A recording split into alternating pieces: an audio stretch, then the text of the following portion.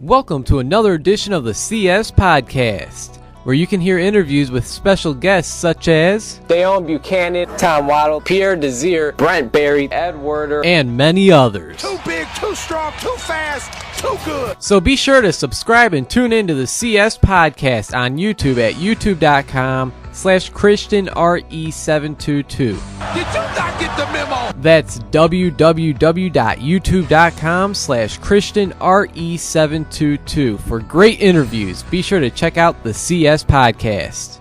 You are ridiculous.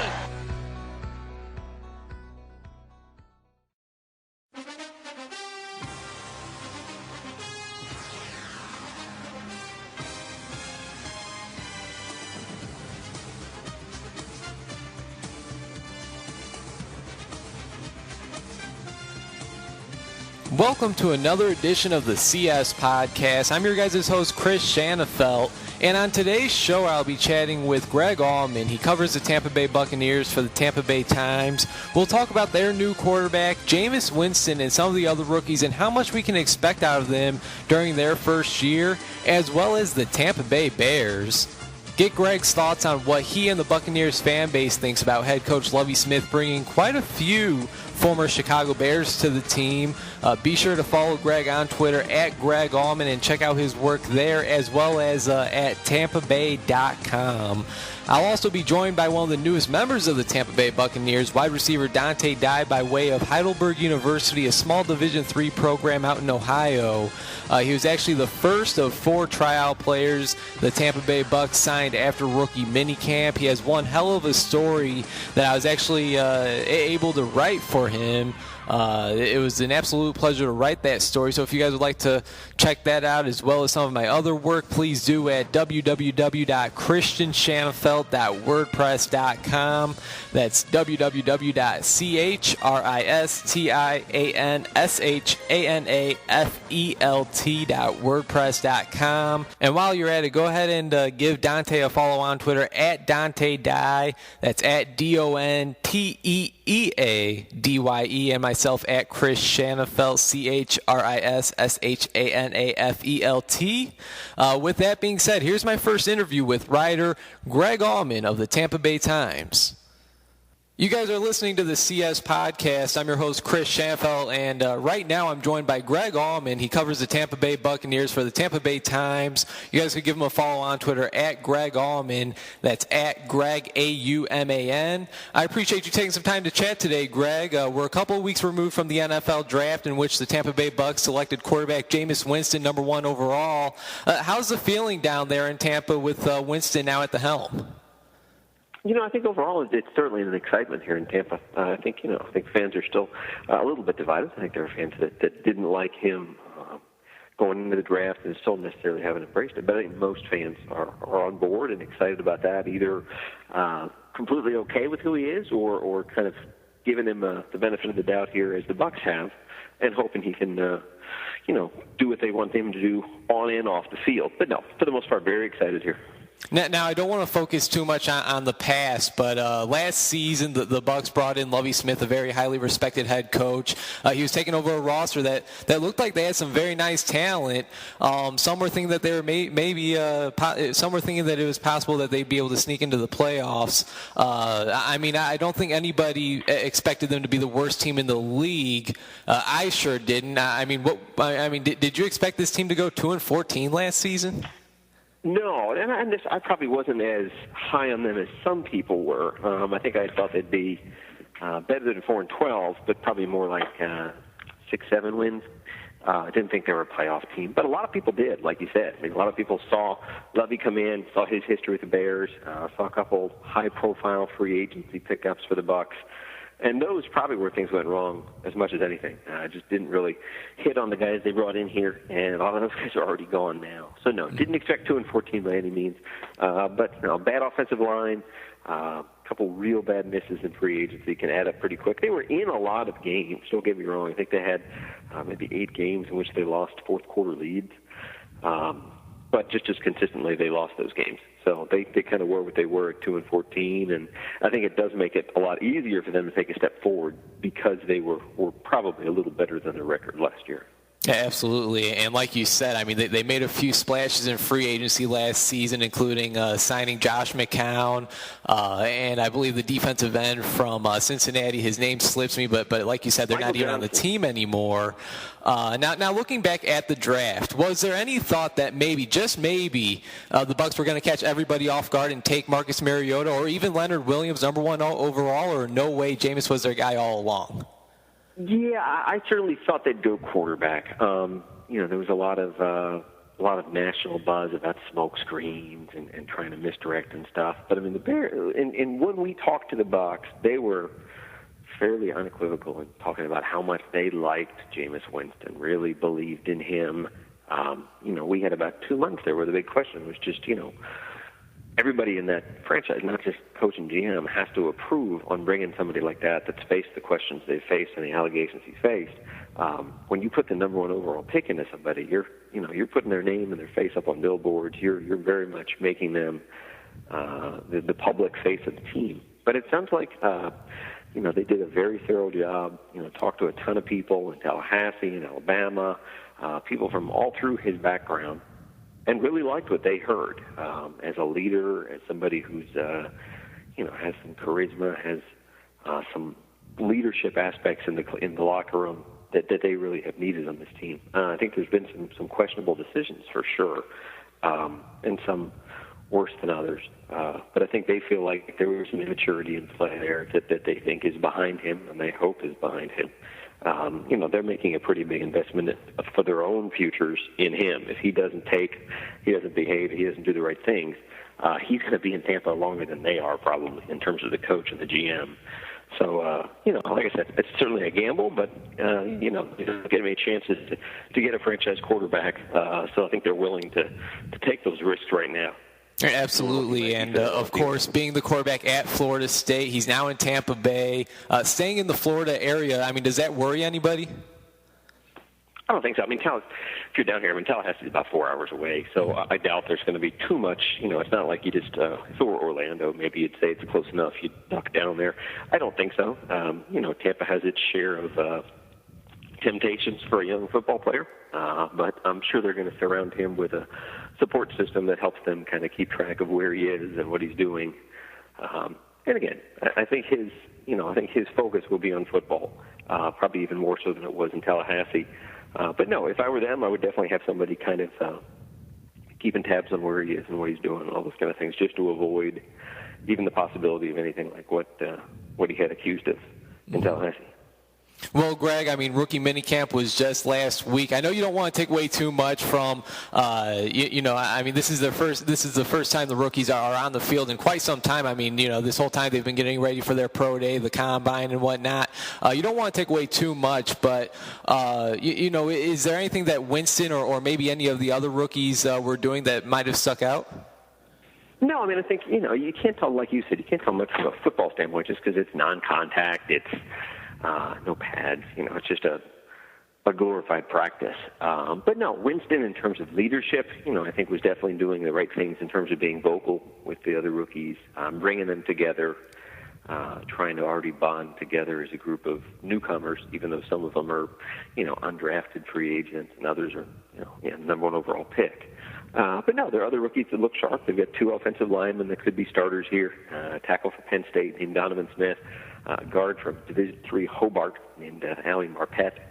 And that could be their starting left tackle and their starting right guard right now. So there's excitement about them. They got a linebacker from LSU named Quan Alexander that could be a role player. He's only 20 years old. Real athletic, real quick.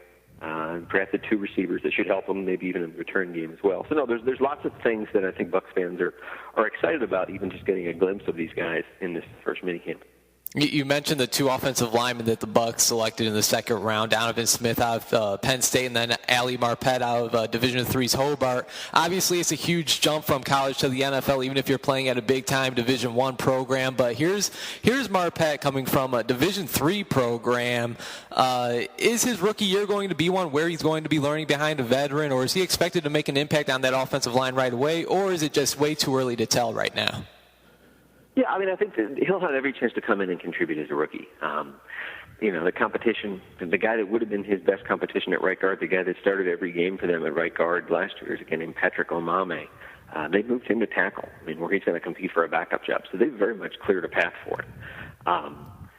Like you said, it's a big transition to make, just going from college football period to the NFL. And then you go from D3 to the NFL.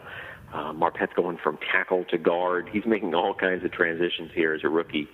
And he has good people around him. Logan Mankins is their other guard. He's a very good veteran mentor guy that you can learn from and pick up a lot of good habits from. But yeah, it'll be, to have a rookie quarterback, a rookie left tackle, and a rookie right guard in the same offense is going to have some challenges for sure. But the Bucs are very confident in those three guys being able to handle those roles in a short amount of time. Once again, Greg Auman, he covers the Tampa Bay Buccaneers for the Tampa Bay Times, joined the CS podcast. He's a great follow on Twitter as well, so be sure to give him a follow at Greg Auman. That's Greg, Auman. And, Greg, I'm a fan of small school college football, and Marpet isn't the only rookie from a Division III program that the Tampa Bay Bucs have signed. They also signed 4 tryout players, including wide receiver out of Heidelberg University, Donteea Dye. He'll actually be joining the show here soon. Now, I don't expect you to know too much about Dye, but is there any chance you could tell us what you think it was that got him to sign a contract? I got to think he impressed some way, somehow in camp. Yeah, no, actually, I talked to Mike Hallett, the head coach at Heidelberg, maybe 2 days ago. Their mascot is the Student Princes. Wild name. But no, Heidelberg put a receiver in the NFL about 4 years ago. Guy had 2 touchdown catches with the Titans, so it's not completely unprecedented what Donteea Dye is trying to do. Really good kid, had an injury like his senior year in high school that I think took him off of the map for a lot of bigger schools. Heidelberg's D3 school in Ohio. Not many people know about it. But their coach said, did all the right things. Was productive all 4 years. I think he had about 57 catches for just over 1,000 yards, 14 touchdowns as a senior, which is pretty strong, and then held his own. It's funny when you get a step up by having your pro day at Bowling Green, but he did, and turned some heads. I think there were about 20 NFL teams there. The Bucs had somebody there, or one of the first teams to call about him and follow up and get tape on him. And right now he's just an undrafted rookie. You get pretty long odds when you're an undrafted rookie, especially when the team has drafted 4 receivers in the last 2 years like the Bucs have. So his odds are still stacked against him. He's not huge. He's got some good size, great speed, obviously, to get himself into an NFL camp. I think his hands are supposed to be really, really good. The coach at Heidelberg was talking about how their receivers coach the receivers kind of carry tennis balls all over, squeezing them for hand strength and then just getting them in the habit of catching with their fingertips. He said if you see the receivers walking around campus, they usually have a tennis ball with them. They're just throwing it against the wall, catching it, just work on grab skills basically all the time, which is quirky, but it seems to work pretty well. And it'll be fun. Donteea, again, there's a couple of small school types. There's another guy that's from New Mexico Highlands University, led Division II in tackles last year. That's also an undrafted rookie here. The GM with the Bucs, Jason Light, is a small school guy himself. He finished his college football career at Nebraska Wesleyan. Playing D2 football there. So I think there's a soft spot for him in terms of wanting to find people that can be stars, even though they didn't play at the highest level or the most known programs in college football. Yeah, I love it. And, of course, the star of the Super Bowl just this past season, Malcolm Butler, a cornerback from Division II's West Alabama. So, he was another guy where, again, I forget what the number was. I remember I tweeted it literally as the game ended. He hadn't played to, a crowd bigger than 2,000 in his college career. Like Marpet, I think Marpet's the entire senior season for Ali Marpet, he played to a total of 15,000 fans. And the Bucs had 20,000 for their draft party the night before he got drafted. So it's neat in that obviously, Marpet's a guy that was at the Senior Bowl, proved himself against the top tier Division I major college players.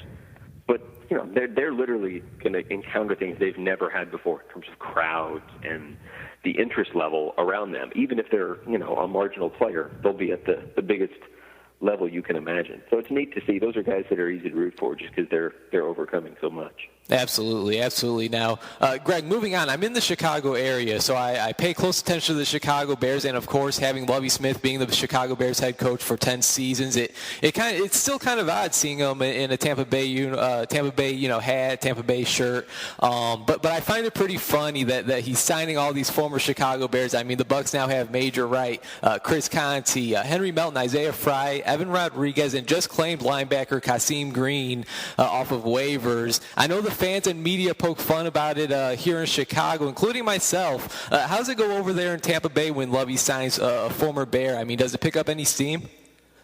Yeah, the fans here are definitely concerned about it. You know, they had 2 years here where every time Greg Schiano signed a Rutgers guy, it was headaches here, even though some of them were fairly good. And again, for Lovie, there's definitely a Bears South, and there's reminders that that was the team that got Lovie fired. But I think it's the guys that he knows best, and the guys that played their best football under him. Chris Conte, probably wasn't necessarily adored by Bears fans at the end of last year.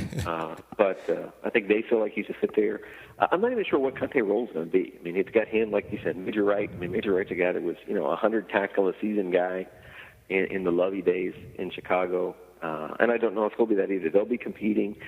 Safety's a weird position for the Bucs, in that, they traded away a first-round draft pick in Mark Barron, a $40 million free agent, Deshaun Goldson. They traded them both away and have replaced them with, Bradley McDougald, who's a waiver pickup, Conte, who's a one-year free agent, Major Wright, who, they cut at one point last year and brought back. And now they actually just signed another waiver guy in DJ Swearinger from the Texans. So it's a strange position. But, like you said, there are former Bears all over this roster. I don't know if a guy like Evan Rodriguez is going to stick, but there's a lot of them here, and it's what Lovie knows. And I think when he's in doubt, you think about the mistakes they made in free agency. I think a lot of those mistakes were people that they didn't know. So they might have thought they had a drive or a motivation or a work ethic that actually wasn't there. So with guys like Henry Melton, with guys like Major Wright, I think they know what you're getting from an effort standpoint, from a commitment standpoint, and that carries a lot of weight with them. And I think from a player standpoint, they know who Lovie is. They know how well they played in his system. So even though it backfires, you have something like McCown, where McCown, Lovie saw something and remembered what he did for him and all that. But that didn't work out at all. But Lovie's a loyal guy, and he's going to bring his guys back and give them a shot. It seems like more often than not. It certainly seems like that. You are absolutely right. And you mentioned that safety has been a weird position there in Tampa Bay. It's really just been a weird position wherever Lovie Smith has gone, because the Chicago Bears are still trying to find a solid safety. I mean, we spent draft picks on safeties, and we're still not hitting on a guy. So, I know we just spent a fifth round. Well, not we. I'm one of those Bears fans that say we all the time, but the Chicago Bears just spent a fifth-round pick on a safety, Adrian Amos, out of Penn State, so we'll see how that works out. But lastly, Greg, and I really do appreciate your time. It's been a treat speaking with you. Is it too early to ask you for a prediction as to where you see the Tampa Bay Buccaneers finish this upcoming season? I mean, how much of an impact will the addition of Jameis Winston have on the squad? No, I mean, I think you definitely have a sense for it now. I mean, I think their roster, was probably within a couple guys of being the roster that they'll be pairing from, picking 53 guys from here in 3-4 months. I think they'll be much improved when you're 2-14. That's only saying so much. But I do think Winston's a guy that can come in, make a lot of plays. I think he might make mistakes, especially this first year. But I think they'll be much better. Their schedule, honestly, is another reason why you can expect them to be a better team. Their first 8 games, they only have one team that had a winning record last year, only one team that made the playoffs last year in those first 8. So they could be very much a similar team to last year and be 4-4 or 5-3 halfway through the year. And then they'll be able to have momentum behind this team. I think if Jameis is a quarterback and he's a winning record halfway through the season, there'll be much bigger crowds. There'll be much bigger interest in the team here in town, which will help things. I don't think they're a playoff team right now, even in division as bad as the NFC South was last year. But I think it's certainly reasonable to start the expectations as this being maybe a 6 or 7 win team. If they do more than that, start hearing about being Coach of the Year. And if they do much worse than that, he probably would only be back for a third season, because you have somebody like Jameis Winston that you're building around. And I can't imagine they want to uproot him, give him a new coach and a new offensive coordinator and a new offense after just one year in the NFL. So yeah, my impression is this is a 6 or 7 win team, and that's 4 or 5 more wins than they had last year. So that's a big step forward. Absolutely. Well, Greg, like I said, it's been a pleasure chatting with you. Thanks so much for joining the podcast today. Can you tell our listeners where we can check out your work at before I let you go? Oh, yeah, sure. Like you mentioned, on Twitter at my name, just Greg Auman, Auman. The Tampa Bay Times is online at tampabay.com. We put everything online. If it's linked to it from Twitter, it doesn't even count towards a paywall or any kind of subscription. The Times has its own app now. If you search for the Tampa Bay Times at the App Store, you can get it there. And if you're here in the Tampa area, obviously you can pick up a Tampa Bay Times as well. But no, thanks for having me on. It's been a lot of fun talking here. Hey, thanks, Greg. Hopefully we could do this again down the line, and keep up the great work, okay? All right, thanks again. Some great stuff right there from Greg Auman of the Tampa Bay Times. Again, you guys can follow him on Twitter. His handle is @GregAuman, @Greg, Auman. And, of course, check out his great work at TampaBay.com. Again, great stuff from Greg. And I think that I agree with him that 5, 6, maybe 7 wins for this team is a reasonable expectation. I mean, they were the worst team in the league last year at 2-14. It's almost a guarantee that there will be some progress this season, or at least that's what I think, under Jameis Winston, of course, their number 1 overall pick out of Florida State. Great take on all the former Chicago Bears joining Lovie down there in Tampa. I wasn't sure if the fans and the media down there with the Bucs were thinking the same as us here in Chicago, which is if it didn't work out here, why would it work over there? But like Greg said, it may just be a familiarity thing, which I suppose is a little understandable. I got to say, I was a little surprised that he knew as much as he did about our next guest, Donteea Dye. He was able to speak with a few of his former college coaches at Heidelberg. And with that being said, let's move on to our next guest. He's one of the newest members of the Tampa Bay Buccaneers by way of Heidelberg University, Division III Heidelberg University. Here's my interview with Donteea Dye. And we are back on the CS Podcast. I'm your host, Chris Shanafelt, and I'm now joined by one of the newest members of the Tampa Bay Buccaneers.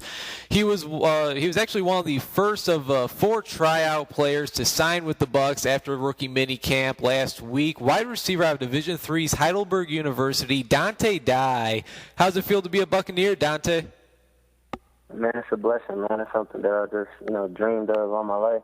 And now it's finally come true. I just got to stay here. Yes, sir. Yes, sir. So talk to us about your draft weekend, April 30th through May 2nd. Were you watching the draft at all, and were you expecting to hear your name called at some point in the later rounds? No, not really. I watched, the first round or whatever with my boys, but other than that, the next few rounds, the next 2 days, I just kind of was keeping myself busy so I would take my mind off of it because, everybody around me was like, hey, man, you're about to be good. Like, I really never looked forward to getting drafted. I just looked forward to making it to a team. I really didn't look forward to getting drafted or anything. So I was actually working when Saturday and Friday, I was working a softball game at my school. So I really didn't have time to watch the draft. Okay. Well, personally, the third and final day of the draft, rounds 4 through 7, probably those rounds were where people were thinking you were going to go if you were going to be drafted. Those are personally my favorite. I know teams usually start calling in, the 6th or 7th round for the undrafted free agent guys. Was your phone going crazy towards the end of the draft, and what was your reaction to finding out that you would be trying out for the Bucs? Earlier that morning, Saturday morning, I had got a call from the Giants, and they just wanted some info on me or whatever. But they wasn't saying they was going to draft me or anything like that. And then I kind of kept my line open all day Saturday, so I didn't really pay attention to the draft either. So Saturday I was sitting, eating at a restaurant, and I got a call at 7:24. Man, it's a day I'll never forget. 7:24 p.m. I got the call from the Bucs, and just instantly started crying. Man, I didn't know what else to do. It was just a call I've been waiting on all my life, and it finally came. Were you surprised that it was Lovie Smith and the Tampa Bay Buccaneers that wanted you? I mean, were they a team that showed interest in you throughout this draft process of yours? No, not at all. I've never heard of the Tampa Bay Bucs wanting me, showing interest, anything like that. So that's what really threw me off. I really thought it was Miami or Jaguars. I thought them 2 teams, or the Chargers. I know they showed a lot of interest. So I thought I was going somewhere around there. But when Tampa called, it kind of really threw me off. But I'm not mad about it. I love the organization already. Oh, I'm sure. And you know what? Whether it's Tampa Bay, San Diego, Miami, Jacksonville, I mean, those sound like all great places to not only play but live, man, especially, coming from Heidelberg University in Ohio. I'm in Chicago, so, I kind of have the same weather that you guys get out in Ohio. Tell us about rookie minicamp if you can, Donteea. I mean, what were some of the drills the coaches were putting you through, and what was it that made you one of the 4 tryout players that stuck around and earned a contract? I think during rookie minicamp, some of the drills that they had to do were really similar to the ones I did at school. But it was a whole lot of plays that they do. So it was at least 26 or 27 plays that we had to remember in the first day. So we learned them all in the morning, and then we just ran them in the afternoon. So that really threw me off a little bit. It's tough on the mental state of mind, but it's okay on the physical. So I think just me playing fast. And even though if I did mess up on the route, I still ran at 110 miles per hour. So I think that's what they saw was my effort. I'm always give top effort on anything I do. So I think that's what they really recognized and what made me stand up. The newest member of the Tampa Bay Buccaneers, wide receiver Donteea Dye, joining the CS podcast. And Donteea, I got to ask you about the number 1 overall pick, Jameis Winston. How's he looking out there, and what's the chemistry like between you and him so far? He's looking really good, man. Yesterday he just started practicing up with the one group, so he's starting to run plays with them. So he's making some big improvements, man. He's really getting the hang of the offense too. But I wouldn't say we have chemistry or anything like that, because it's a lot more receivers and it's a lot more quarterbacks too, so we don't really get to go together all the time. But I think we're pretty much on track. He threw me some nice back shoulders, a couple of nice back shoulders during rookie minicamp. So I think we're pretty much on the same page. Well, I don't even think you've been out there for 2 weeks yet, but just thinking about that wide receiver core that the Tampa Bay Bucs have. I mean, you got Mike Evans, Vincent Jackson. I know they got Robert Huron. I mean, you guys got a solid wide receiver core over there. How excited are you to learn from those guys? I'm very excited, man. Mike Evans is actually a guy that I watched shoot all the way up through college. I watched all his film back when he was with Johnny. So Vincent Jackson, he's just huge and he's very smart and he knows exactly what he's doing. It's great learning from people that you can watch while you were on the come up. So it's just really crazy seeing all these people, and especially the rookies too. I watched a lot of the rookie film that's actually with me, that came in with me. They don't know, but I'm a big fan of half of them. You know what I'm saying? They probably never heard of me, but I've heard of them everywhere. So it's just great getting a lot of advice from all these vets and rookies.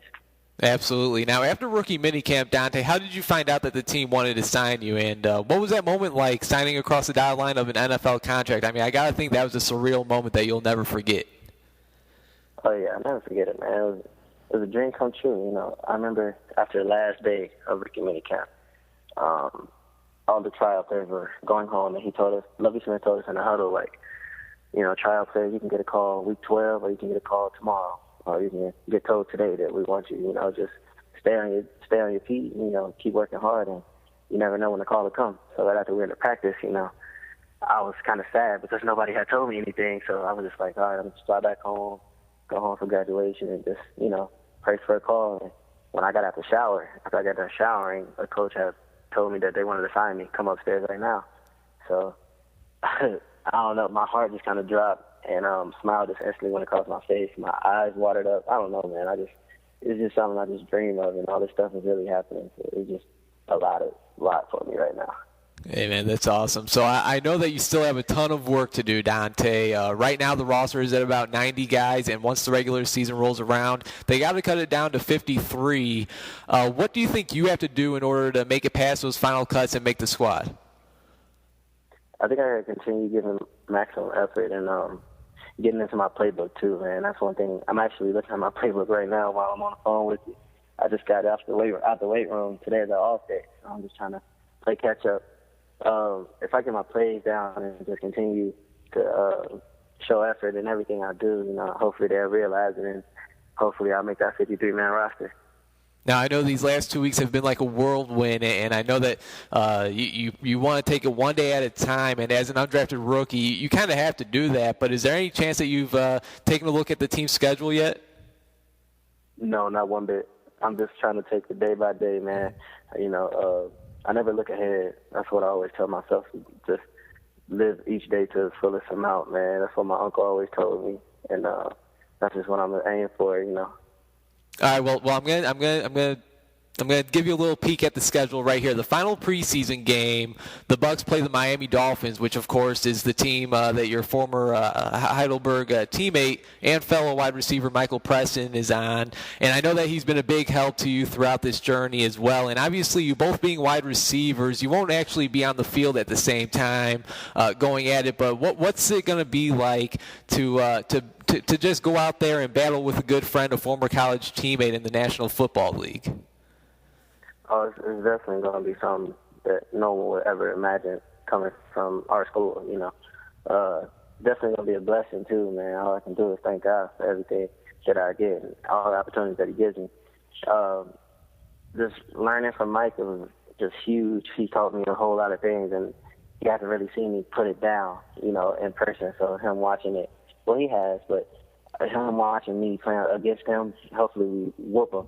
But actually, I know we're going to whoop him. But, him just watching us play, I want him to see me excel at the level that he told me that I would get to. He always had believed in me, man. So hopefully he can see me ball out. Absolutely. 2 Division III football players from Heidelberg University going at it. I mean, it really doesn't get much better than that to me. I mean, I'm a huge fan of small school guys, so that's definitely going to be fun to watch. Week 4 of the preseason, again, Buccaneers versus the Dolphins. Looking forward to that for sure. Now, Donteea, I know it's been a heck of a journey for you, starting from, suffering a knee injury your senior year of high school to going to a Division III program in Heidelberg. You had an outstanding senior year and showed out at the NFL Regional Combine in Chicago. You were then invited to the Super Regional Combine in Arizona, and you opened up some eyes in the Bowling Green Pro Day. You try out for the Bucs and ultimately sign a contract with Tampa Bay. Has it hit you yet that you are officially an NFL player? I mean, I go to TampaBayBuccaneers.com, I look at the roster, and there you are, number 17, Donteea Dye. Has it hit you yet? No, man. I wake up every day and I kind of look at myself in the mirror and look at myself and ask myself, like, where you at, man? I'm in Florida, Then I come into work. I call it work now. I don't even call it football. It's my job. It's just so weird. Like, my mom, she calls me every day, and we talk about this.